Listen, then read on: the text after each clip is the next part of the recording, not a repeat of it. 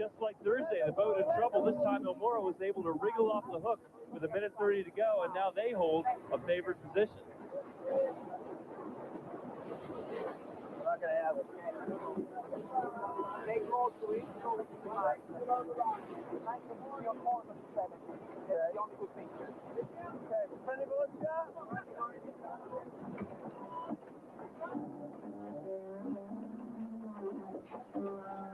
Game here is to get up to full speed. Kayard makes his move first, and he'll be going faster when the gun goes off. Go down below the line. 20. 17. 14. 13.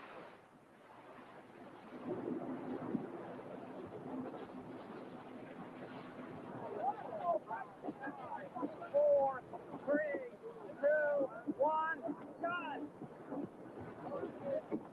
Another clean start and another good job by Dellenbaugh. Another clean start, another good job by Dellenbaugh. Hi, everybody. Thanks for being here, Kyle. Good to see you, PC. Good to see you as well. I gotta just mute myself on the old YouTubes because I got stuff going on here. Anyway, this makes me happy, and I couldn't. I really couldn't pass up the opportunity to make a few remarks on just what it takes to stand with people like me. I got a DM from a fellow I know who's a trans member of the military, who alerted me to the fact that this injunction had been issued by the United States District Court for the District of Columbia,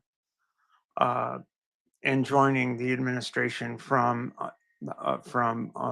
kicking trans folk out of the military. And the opinion is fire.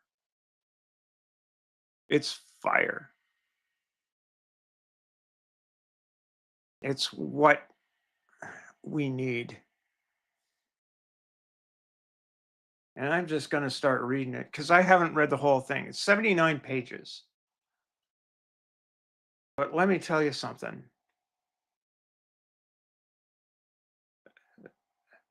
This is the kind of rhetoric. If you think that rhetoric is nothing, rhetoric's important.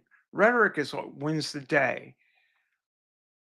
Back in the day, there was a piece of rhetoric that inspired the foundation of a nation built on liberty. These are the times that try men's souls.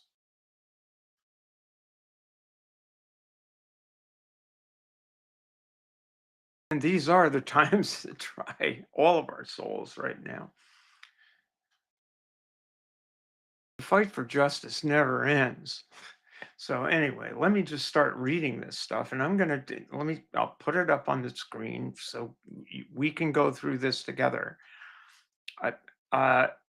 It's just something.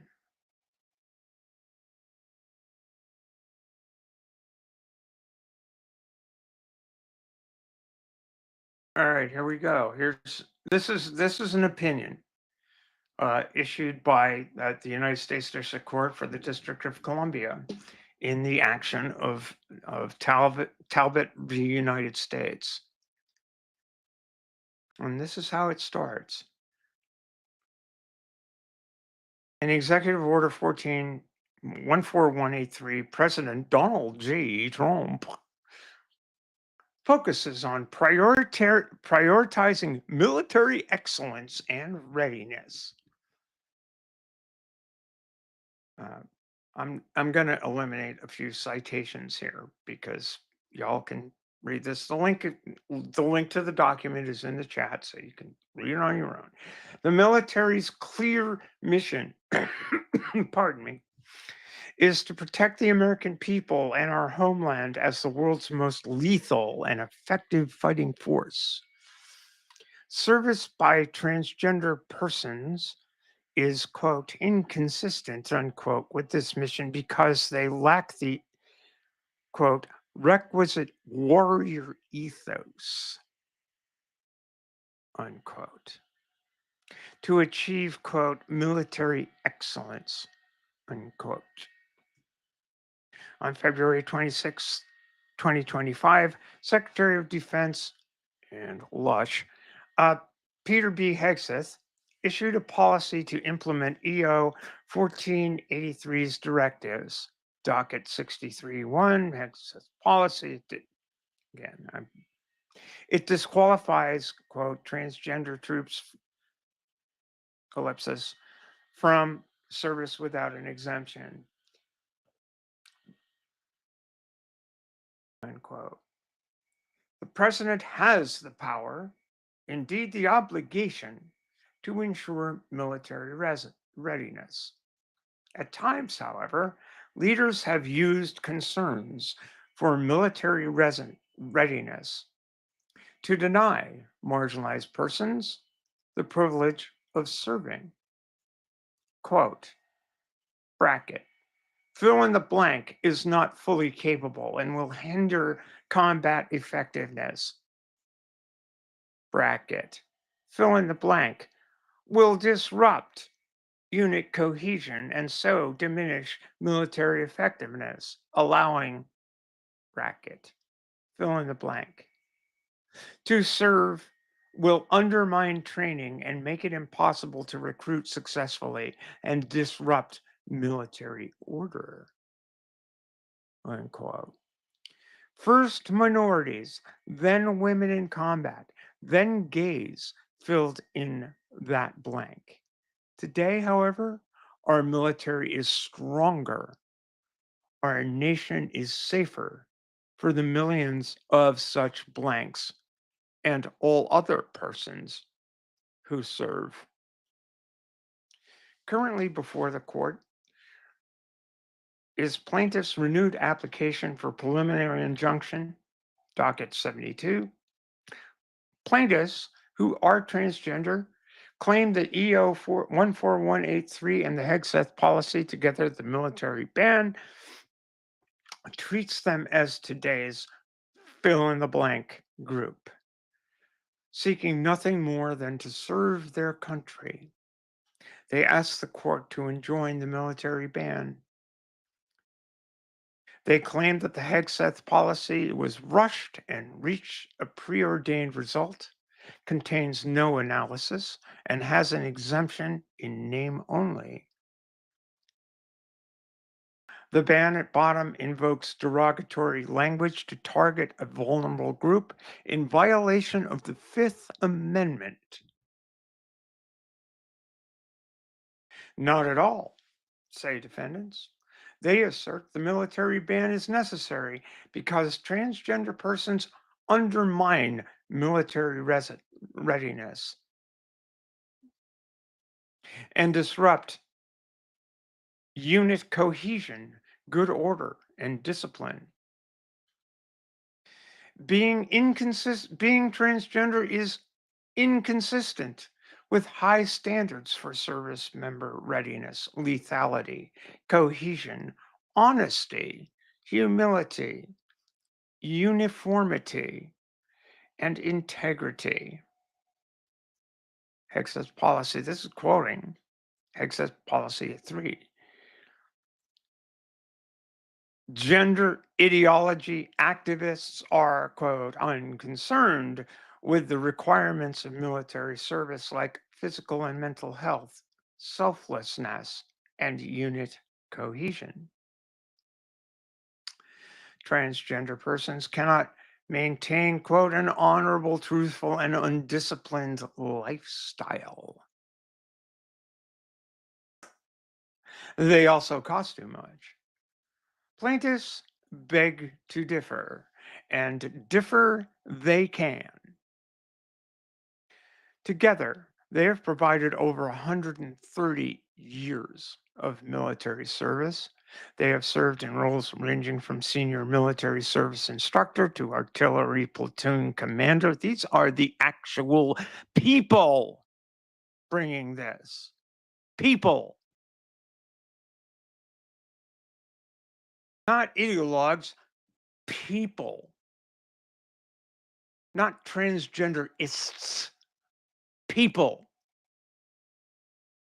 Soldiers, sailors,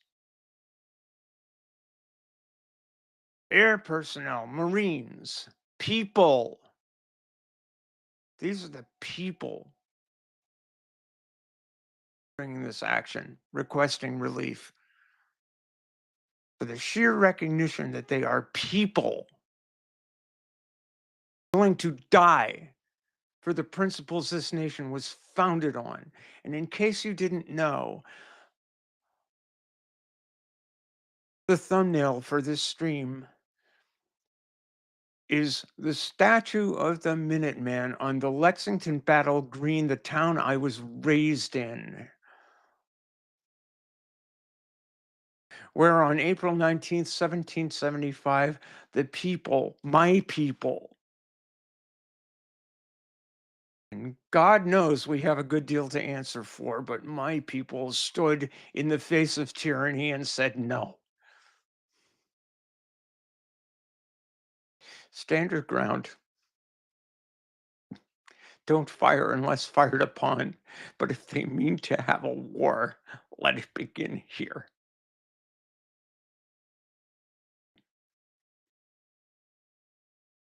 Plaintiffs beg to differ, and differ they can. Together, they have provided over 130 years of military service. They've served in roles from senior military science instructor to artillery platoon commander to intelligence analyst to satellite operator to operations research analyst to naval flight officer to weapons officer. They've deployed around the globe from Afghanistan to Poland to Korea to Iraq to Kuwait to the USS Ronald Reagan and the USS George W. Bush. May they both rot in hell. That was, sorry, my editorial edition. One, this is the one of the plaintiffs who brought this is presently deployed to an active combat zone. They have earned more than 80 commendations, including a Bronze Star, 2 Global War on Terrorism Service Medals, 2 Global War on Terrorism Expeditionary Medals, numerous meritorious medals, numerous commendation medals, Air and Space Outstanding Unit Awards, and the Military Outstanding Volunteer Service Medal, among others. Defendants rejoin that these service records are inapposite. The court must ignore them and instead defer to the military's judgment. Yet, the court must defer. Yes, the court must defer, but not blindly. The president issued EO 14183 within 7 days of taking office.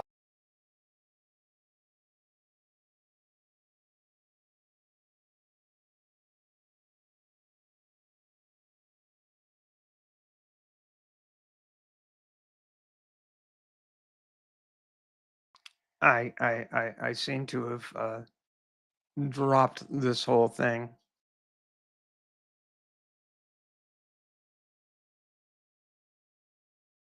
And I don't know how that happened. That's kind of weird. Anyway.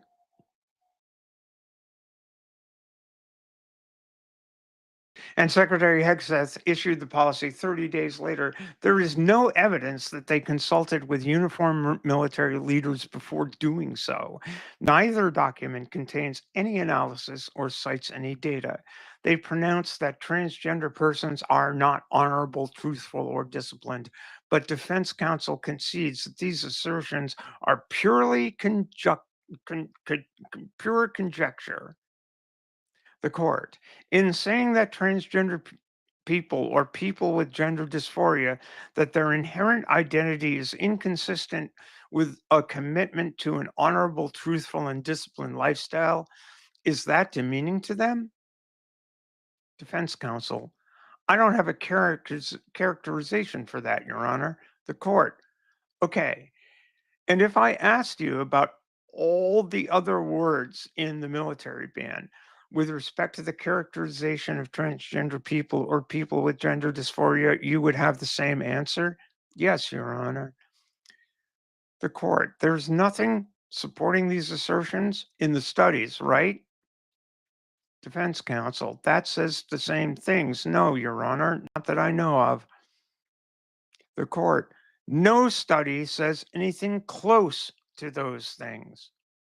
Defense counsel, not that I know of, Your Honor.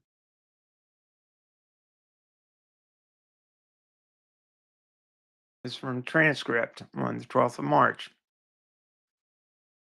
An action memo claims the policy was informed through the consideration of 3 studies and cost data. Who consider the information, however, is anyone's guess. Defendants, that's the United States government, do not know. Maybe no one. Because one study is 8 years old and the other 2 support plaintiff's position. Transgender persons have served openly since 2021, but defendants have not analyzed their service. That is unfortunate. Plaintiff's service records alone are Exhibit A for the proposition that transgender persons can have the warrior ethos, physical and mental health, selflessness, honor, integrity, and discipline to ensure military excellence. Defendants agree. They agree plaintiffs are mentally and physically fit to serve, have served honorably, and have satisfied the rigorous standards demanded of them. This is in court transcripts. Even the government says that trans people are people, soldiers, patriots.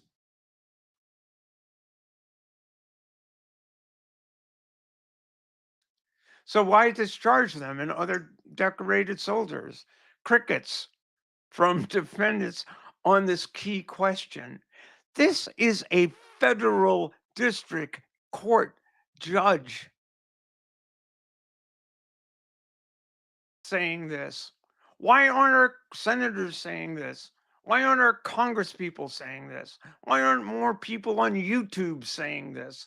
Rather than sitting around discussing whether or not we deserve our place in this world.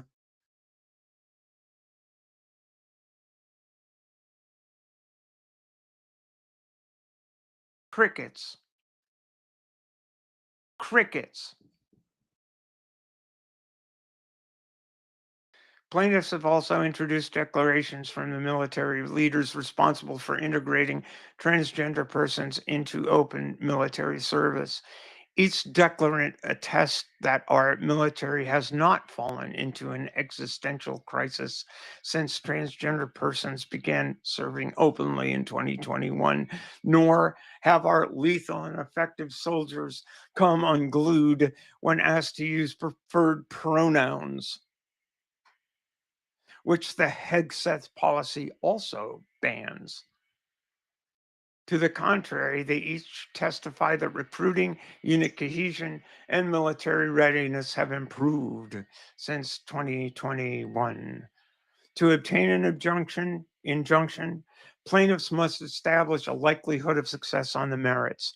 They have done so. The court's factual findings, the vast majority conceded by defendants and all supported by the record, make it highly likely that the military ban will highly unlikely that the military ban will survive judicial review, whether it be rational basis or intermediate scrutiny. Plaintiffs must also show irreparable harm, that the balance of the equities and the public interest favor an injunction. On the former, plaintiffs face a violation of their constitutional rights, which constitutes irreparable harm.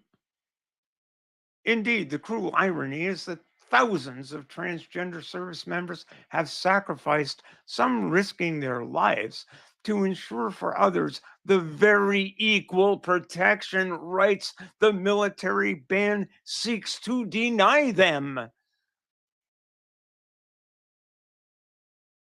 On the latter, defendants have not shown that they will be burdened by continuing the status quo pending this litigation, and avoiding constitutional violations is always in the public interest.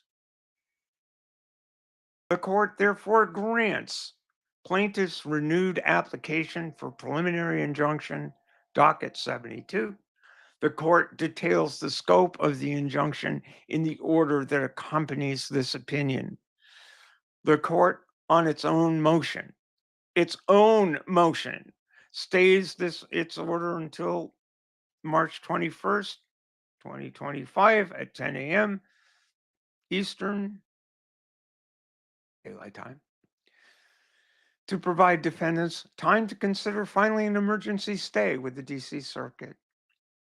In other words,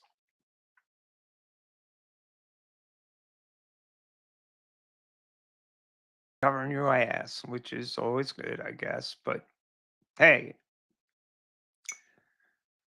that language is fire, people. Absolute fire.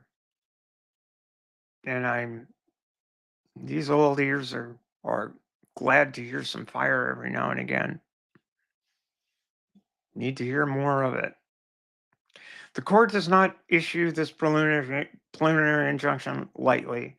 Judicial overreach is no less pernicious than executive overreach, but the coordinate branches must, by their mutual relations, be the means of keeping each other in their proper places.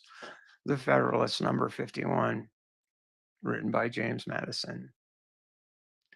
The president and defendants could have crafted a policy that balances the nation's need for a prepared military and Americans' right to equal protection. They still can.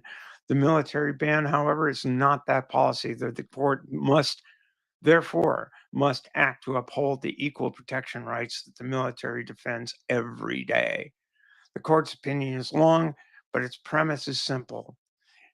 In the self-evident truth that all people are created equal, all means all, nothing more, and certainly nothing less. I haven't read the entirety of this. I am going to. I hope you will. I hope you will take heart from the courage of at least one judge in this country to say what needed to be said. That trans people are people, that trans people are patriots, that trans people know what struggle is, that trans people are willing to allow you, not only allow, but fight for your ability to win your struggles, have your liberty, live your lives with a modicum of respect, freedom, justice, and joy.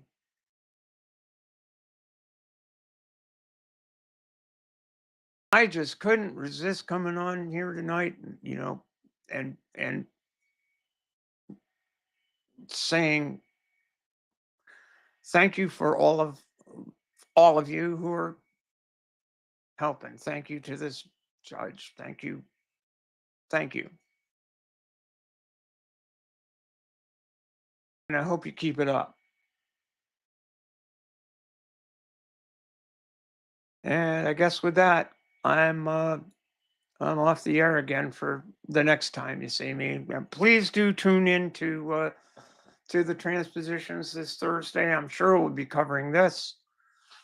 I'm sure we'll be. I'm sure there will be more indignities between now and then. But in the meantime,